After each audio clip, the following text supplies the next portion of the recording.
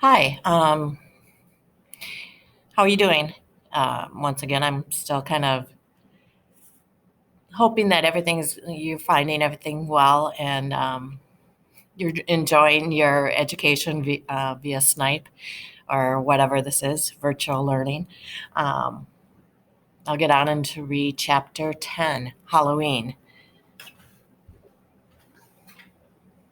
Malfoy couldn't believe his eyes when he saw that Harry and Ron were still at Hogwarts the next day, looking tired but perfectly cheerful. Indeed, by the next morning, Harry and Ron thought that the meeting of the three-headed dog had been an excellent adventure, and that they were quite keen to have another one. In the meantime, Harry filled Ron in about the package that seemed to have been moved from Gringotts to Hogwarts, and they spent a lot of time wondering what could possibly need such heavy protection. It was either really valuable or really dangerous, said Ron. Or both, said Harry. But it all but as all they knew for sure was that the mysterious object was that it was about 2 inches in length. They didn't have much of a chance guessing what was within without further clues. Neither Neville nor Hermione showed the slightest interest in what lay underneath the dog and the trapdoor. All Neville cared about was not going near the dog again. Hermione was now refusing to speak to Harry and Ron, but she was such a bossy know-it-all that they saw this as an added bonus. All they really wanted now was a way of getting back at Momfrey, and to their greatest delight, just such a thing arrived in the mail about a week later. As the owls floated into the great hall, as usual, everyone's attention was caught, at least by a long, thin package carried by six large screech owls. Harry was just interested as everyone else to see what was in the large package, and was amazed when the owls soared down and dropped it right in front of him, knocking his bacon onto the floor.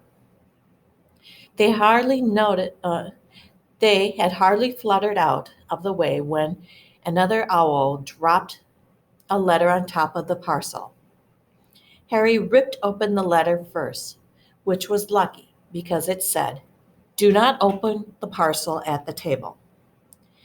It contains your new Nimbus 2000, but I don't want everybody knowing you've got a broomstick, or they'll all want one. Oliver Wood will meet you tonight at the cribbage field at 7 o'clock for your first training session. Professor McGilligal." Harry was definitely hiding his glee as he handed the note to Ron to read. "A Nimbus 2000!" Ron moaned enviously. "I've never even touched one." They left the hall quickly, wanting to unwrap the broomstick in private before their first class. But halfway across the entrance hall, they found their way upstairs, uh, barred by Crab and Goyle. Moffrey seized the package from Harry and felt it. "That's a broomstick," he said, throwing it back at Harry with a mixture of jealousy and spite on his face. "You'll be in for it this time, Potter. First years aren't allowed them." Ron couldn't resist it. "It's not any old broomstick," he said.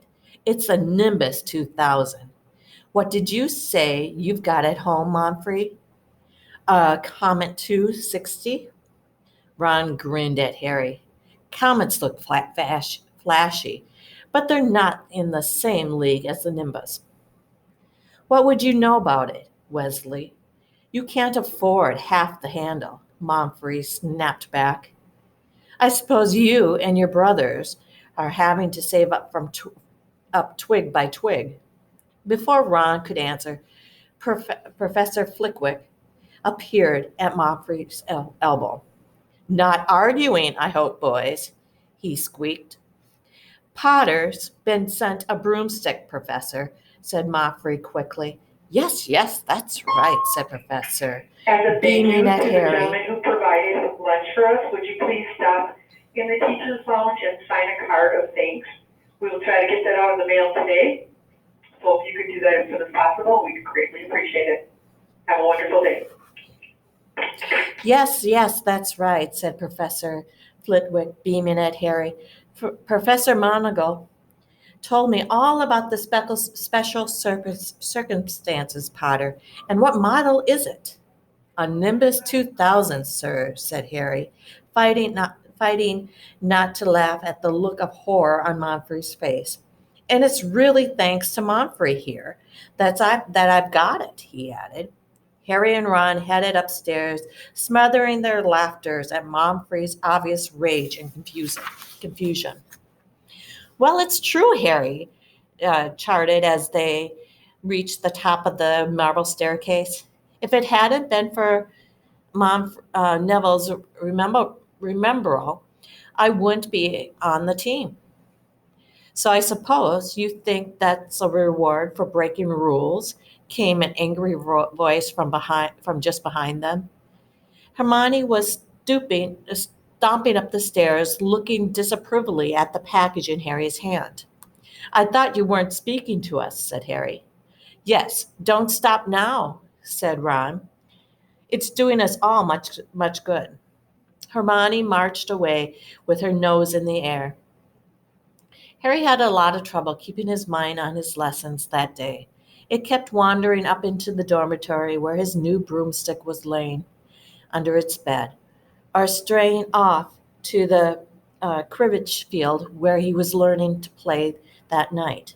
He bolted his dinner that evening without noticing what he was eating, and then rushed upstairs with Ron to unwrap the Nimbus 2000 at last. Wow, Ron sighed as a broomstick rolled onto Harry's bed. When Harry, who knew, even Harry, who knew nothing about different brooms, thought it looked wonderful, sleek and shiny, with a mahogany handle, and it had a long tail of neat, straight twigs, and Nimbus 2000 written in gold on top, near the top. At 7 o'clock drew nearer. Harry left the castle and set off in the dusk towards the cribbage field.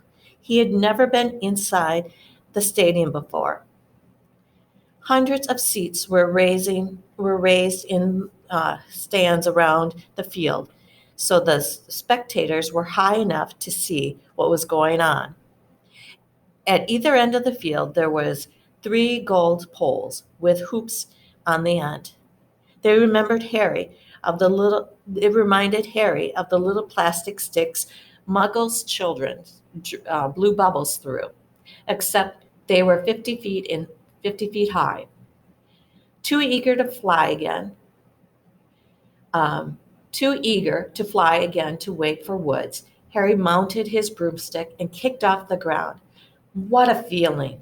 He swooped in and out of the goal posts and then sped up and down the field. The Nimbus 2000 turned wherever he wanted at his slightest touch. Hey, Potter, come down! Oliver Wood had arrived. He was carrying a large wooden crate under his arm. Harry landed next to him. Very nice, said Wood, his eyes glinting. I see that McGilligan meant. You really are a natural. I'm just going to teach you the rules this evening. Then you'll be joining the team practice 3 times a week. He opened the crate. Inside were 4 different-sized balls. Right, said Wood. Now, cribbage is easy enough to understand, even if it's not too easy to play. There are 7 players on each side. 3 of them are called chasers. 3 chasers, Harry repeated, as Wood took out a bright red ball about the size of a soccer ball.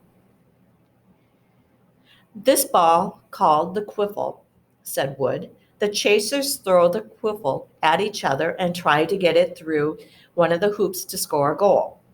10 points each time the quiffle goes through the hoops. Follow me? The chasers throw the quiffle and put it through the loops to score, Harry recited. So that's sort of like a basketball on broomsticks with 6 hoops, isn't it? What's basketball? Said Wood curiously. Never mind, said Harry quickly. Now there's another player on each team side who is called the keeper. I'm a keeper for Gryffindor.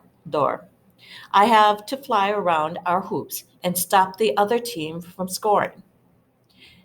3 chasers, 1 keeper, said Harry, who was determined to remember it all. And they play with a quiffle. Okay, got it. So what are they for? He pointed to the 3 balls left inside the box. I'll show you now, said Wood. Take this. He handed Harry a small club, a bit little like a short baseball bat. I'm going to show you what the blungers do, Wood said. These 2 are the blungers. He showed Harry 2 identical balls, jet black and slightly smaller than the red quiffle. Harry noticed that they seemed to be straining to escape the straps, holding them inside the box. Stand back, Wood warned Harry.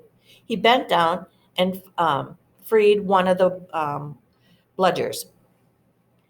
At once, the black ball rose high in the air and then pelted straight for Harry's face. Harry swung at it with the bat to stop it from breaking his nose and sent it zigzagging into the air.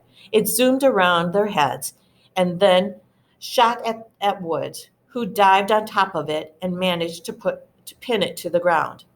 See, Wood panted, forcing the struggling bludger back into the crate and strapping it down safely. Blungers rocket around trying to knock players off their brooms. That's why you have 2 beaters on each team.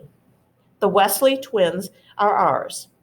It's their job to protect their side from the blungers and try and knock them towards the other team. So you think you got it? 3 chasers try and score with the quiffle. The keeper guards the goalposts. The beaters keep the blungers away from their team. Harry reeled off. Very good, said Wood. Have the blungers ever killed anyone? Harry asked. Hopefully he sounded offhand. Never at Hogwarts. We've had a couple broken jaws, but nothing worse than that. Now, the last member of the team is the Seeker. That's you. And you don't have to worry about the quiffle or the blungers, unless they crack my head open. Don't worry. The Wesleys are more than a match for the bludgers. I mean, they're like a pair of human blunders themselves. Wood reached into the case and took out the 4th and last ball. Compared with quiffles and the bludgers, it was tiny, about the size of a large walnut. It was a bright gold and with little fluttering silver wings. This, said Wood, is a golden snitch, and it's the most important ball of the lot. It is very hard to catch because it's as fast and as difficult to see. It's a seeker's job to catch it. You've got to weave in and out of the chasers, beaters, blungers, and quiffle to get in before any of the others, before the other team's seekers. Before whatever seeker catches the snitch, wins the team an extra 150 points. So they nearly always win. That's why seekers get fouled so much. A game of quiffle only ends when the snitch is caught. So it can go on for ages. I think the record is 3 months. They had to keep bringing in substitutes to the players so the players could get some sleep. Well, that's it. Any questions? Harry shook his head. He understood what he had to do. All right, it was doing it that was going to be the problem. We won't practice with a snitch yet, said Wood, carefully shutting it back inside the case. It's too dark, and we might lose it. Let's try you out with a pair with a few of these. He pulled out a bag of ordinary golf balls out of his pocket, and a few minutes later, he and Harry were up in the air. Harry Wood throwing the golf balls as hard as he could in every direction, and Wood was delighted. After half an hour, night had already fallen, and couldn't carry on. Harry didn't miss a one, and Wood was delighted. After half an hour, night had already fallen, and they couldn't carry on. That uh, Quidditch Cup has our name on it this year, said Wood happily as they trudged back to the castle. I wouldn't be surprised if you turn out better than Charlie Wesley, and he could have played for England if he hadn't gone off chasing dragons. Perhaps it was because he is now so busy that Quidditch practiced 3 evenings a week on top of his homework, but Harry could hardly believe it when he realized that he'd already been at Hogwarts for 2 months. The castle felt more like home than Privet Drive had ever had. His lessons, too, were becoming more and more interesting now that they have mastered the basics. On Halloween morning, they woke to the delicious smell of baking pumpkin wafting through the corridor. Even better, Professor Flitwick announced in charms that he thought they were ready to start making objects fly, something they had all been dying to try since they had seen him make Neville's toad zoom around the classroom. Professor Flitwick had the class into pairs to practice. Harry's partner was Seamus Finnegan, which is a relief because Nimble had been trying to catch his eye. Ron, however, was to be working with Hermione Granger. It was hard to tell whether Ron or Hermione was angrier about this. She hadn't spoke to either of them since the day Harry's broomstick had arrived. Now, don't forget that nice wrist movement we've been practicing, squeaked Professor Flitwick. He perched on the top of his books as usual. Swish and flick, remember, swish and flick. And saying the magic words promptly is very important too. Never forget Wizard Bartholomew, who said S instead of F, and found himself on the floor with a buffalo on his chest. It was very difficult. Harry and Seamus swooshed and flicked, but the feather they were supposed to be sending skyward just laid on the desktop. Seamus got too impatient that he prodded it with his wand and set it on fire. Harry put it out with his hat. Ron, on the table next to him, wasn't having much more luck. Wingdom Lavaris, he shouted, waving his long arms like a windmill. You're saying it wrong, Harry heard Hermione snap. It's Wingardium Leviosa. Make the gur nice and long. You do it, then, if you're so clever, Ron snarled. Hermione rolled up her sleeves of her gown, flicked her wand, and said, Wingardium Leviosa. A feather rose off the desk and hovered about 4 feet above their heads. Oh, well done, cried Professor Flitwick, clapping. Everyone, see here. Miss Granger has done it. Ron was in a very bad mood by the end of the class. It's no wonder no one can stand her, he said to Harry as they pushed their way into the crowded corridor. She's a nightmare, honestly. Someone knocked into Harry as they hurried past him. It was Hermione. Harry caught a glimpse of her face and was startled to see that she was in tears. I think she heard you. So, said Ronnie, but he looked a bit uncomfortable. She must have noticed. She's got no friends. Hermione didn't turn up for the next class and wasn't seen all afternoon. On their way down to the great hall for the Halloween feast, Harry and Ron overheard Parvati Petal tell her friend Lavender that Hermione was crying in the girls' bathroom and then wanted to be left alone. Ron looked still more awkward at this, but a moment later they had entered the great hall where Hermione, the Halloween decorations put Hermione out of their minds. 1,000 live bats fluttered from the walls and ceilings, while thunders, thousands more swooped over the tables of a low black cloud, making the candles up from in the pumpkin stutter.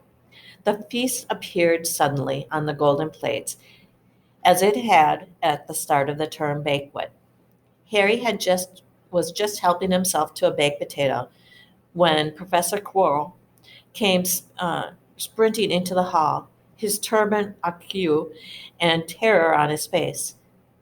Everyone stared as he reached Professor Dumbledore's chair, slumped against the table, and gasped, "Troll! In the dungeon! Thought you ought to know." He then sunk to the floor in a dead faint. There was an uproar. It took several purple firecracker explosions from the end of the Professor Dumbledore's wand to bring silence. "Prefects," he rumbled, "lead your houses back to the dormitories immediately." Percy was in his element. "Follow me. Stick together, first years. No need to fear the troll if you follow my orders. Stay close behind me now. Make your way. First years coming through. Excuse me, I'm a prefect." "How could a troll get in?" Harry asked as they climbed the staircase. "Don't ask me. They're supposed to be really stupid," Ron said. "Maybe Peeves let it in for a Halloween joke." They passed different groups of people hurrying in different directions. As they jostled their way through a crowd of confused Huffalumps, Harry suddenly grabbed Ron's arm. "I've just thought. Hermione. What about her? She doesn't know about the troll." Ron bit his lip. "Oh, all right," he snapped. "But Percy better not see us." Ducking down, he joined the Muffalumps going the other way, slipped down the deserted side corridors, and hurried off towards the girls' bathroom. They had just turned the corner quite uh, when they heard quick footsteps behind them. "Percy!" hissed Ron, and Ron, pulling Harry behind a large stone griffin. Peering around it, however, they saw no Percy but Snipe. He crossed the corridor and disappeared from view. "What's he doing?" Harry whispered. "Why, isn't he down in the dungeons with the rest of the teachers?" "Search me." Quietly as possible, they crept along the next corridor after Snipe's fading footsteps. "He's heading for the third floor," Harry said, but Ron held up his hand. "Can you smell something?" Harry sniffed, and a foul stench reached his nostrils, a mixture of old socks and the kind of public toilet no one seems to clean. And then they heard it, a low grunting and a shuffling footsteps of gigantic feet. Ron pointed. At the end of the passage, to the left, something huge was moving towards them. They shrieked into the shadows and watched as it emerged into a patch of moonlight. It was a horrible sight. 12 feet tall, and its skin was a dull gray. Its great lumpy body looked like a boulder with small bald head perched on top of it like a coconut. It had small it had short legs, thick as tree trunks, with flat, horny feet. The smell coming from it was incredible. It was holding a huge wooden club which dragged along the floor beside because of its arms were so long. The troll stepped next to a doorway and peered inside. It waggled its long ears, and making up its tiny mind, it slouched slowly into the room. The key's in the lock, Harry muttered. We could lock it in. Good idea, Rod said nervously. They edged towards the open door, mouths dry, praying the troll wasn't about to come out of it. With one giant leap, Harry managed to grab the key, slammed the door, and locked it. Yes! um, flashed, flushed with victory. They started to run back up the passage, but as they reached the corner, they heard something that made their hearts stop. A high, piercing scream. It was coming from the corridor they had just chained up. "Oh no," said Ron, pale as the bloody Baron. "It's the girls' bathroom," Harry gasped. "Hermione," they said together. It was the last thing they wanted to do. But what choice did they have? Whirling around, they sprinted back to the door and turned the key. Fumbling in their panic, Harry pulled the door open and then ran inside. Hermione Granger was shrinking against the wall opposite, looking as if she was about to faint. The troll was advancing on her, knocking the sinks off the wall as it went.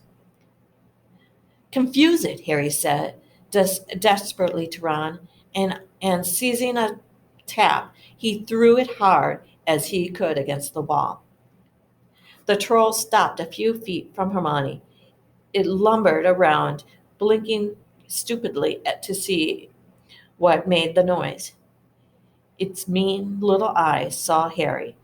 It hesitated, then made for him instead, lifting the club as it went.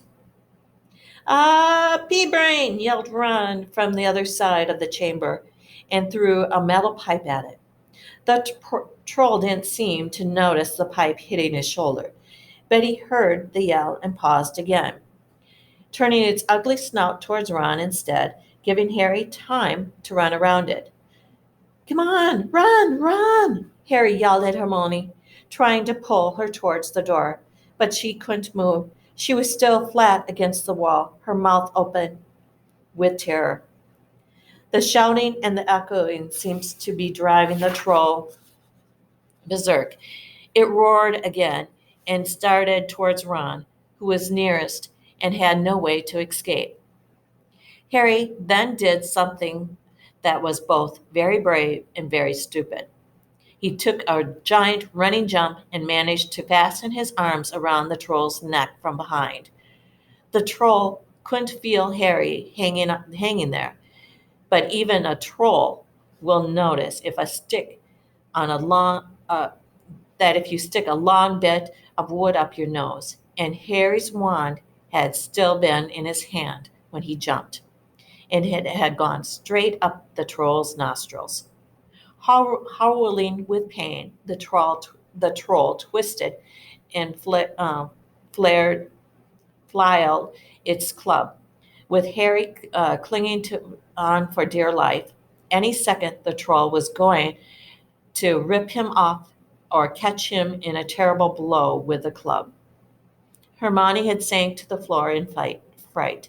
Harry pulled out his Ron pulled out his own wand, and knowing what he was going to do, heard himself cry the first spell that came to his head.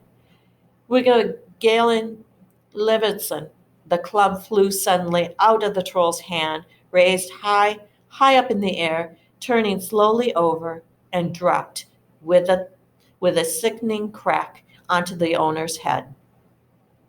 The troll swayed on the spot and then fell flat on its face with a thud that made the whole room tremble.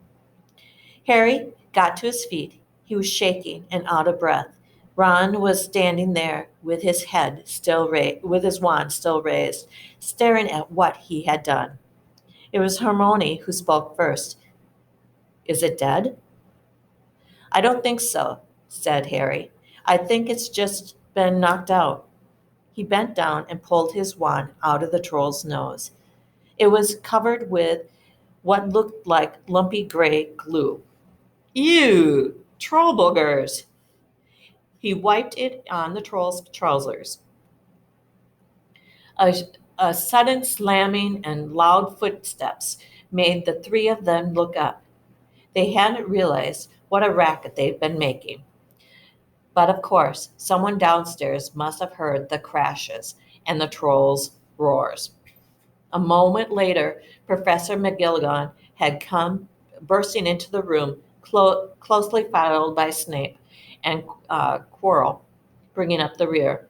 Quirrell took one look at the troll, let out a faint whimper, and sat quickly down on the toilet, clutching his heart.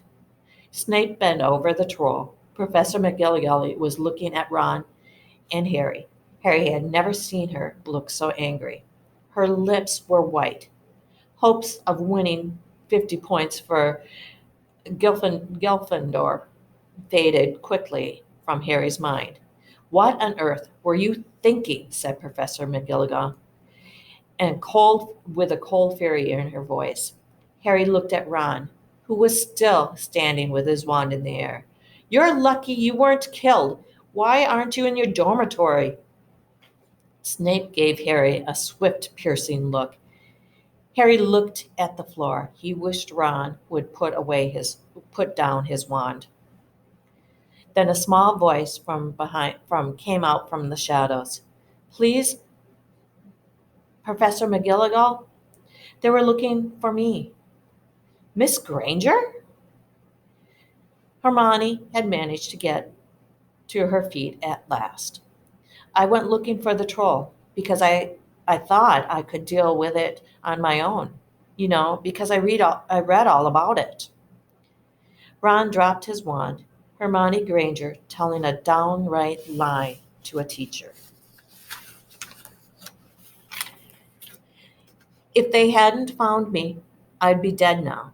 Harry struck his wand up its nose, and Ron knocked it out with its own club. "They didn't have time to come and fetch anyone. It was about to finish me off when they arrived." Harry and Ron tried to look as though the story wasn't new to them.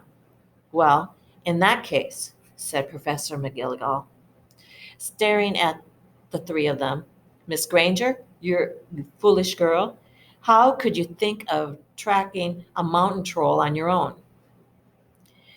Hermione hung her head.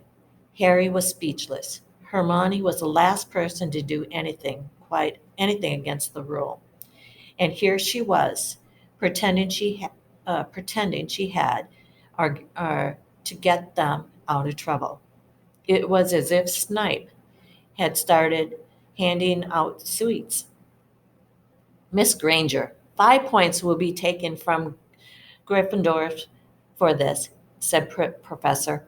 "I'm very disappointed in you. If you're not hurt at all, you'd better go off to Gryffindor's tower.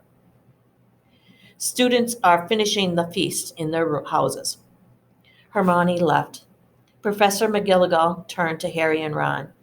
"Well, I will say you were lucky. Not too many first years could have taken on a full-grown mountain troll. You each win Gryffindor's 5 points. Professor Dumbledore will be informed of this. You may go." They hurried out of the chambers and didn't speak at all until they had climbed 2 flights up. It was a relief to be away from the smell of the troll, quite apart from anything else. "We should have gotten more than 10 points," Ron grumbled. "5, you mean, once she's taken off Hermione's." "Good of her to get us out of trouble like that," Ron admitted. "Mind you, we did save her. She might not have needed saving if we hadn't locked the thing in with her," Harry reminded him. They had reached the portrait of the fat lady. "Pig snout," they said, and entered. The common room was packed and noisy. Everyone was eating the food that had been set up. Hermione, however, stood alone by the door waiting for them. There was a very embarrassed pause. Then none of them looking at each other, they all said, "Thanks," and hurried off to get plates. But from that moment on, Hermione Granger became their friend. There was something you can't share without ending up liking each other, and knocking out a 12-foot mountain troll is one of them. That was a quite interesting chapter also. I wrote a post-it note earlier, and because I was wondering, why did Hermione lie? Why do you think she lied? I'm thinking because she knew that she was in the wrong, that she knew that they would get into trouble, and here they saved her life, and she knew that she's going to have to do something to help them out. So that's why I made a post-it note here, because I was thinking about that. What do you think? Do you think did the right thing, or do you think she should have let them get into trouble? Or what if she got into trouble because she was there also? Well, let me know next time I talk to you.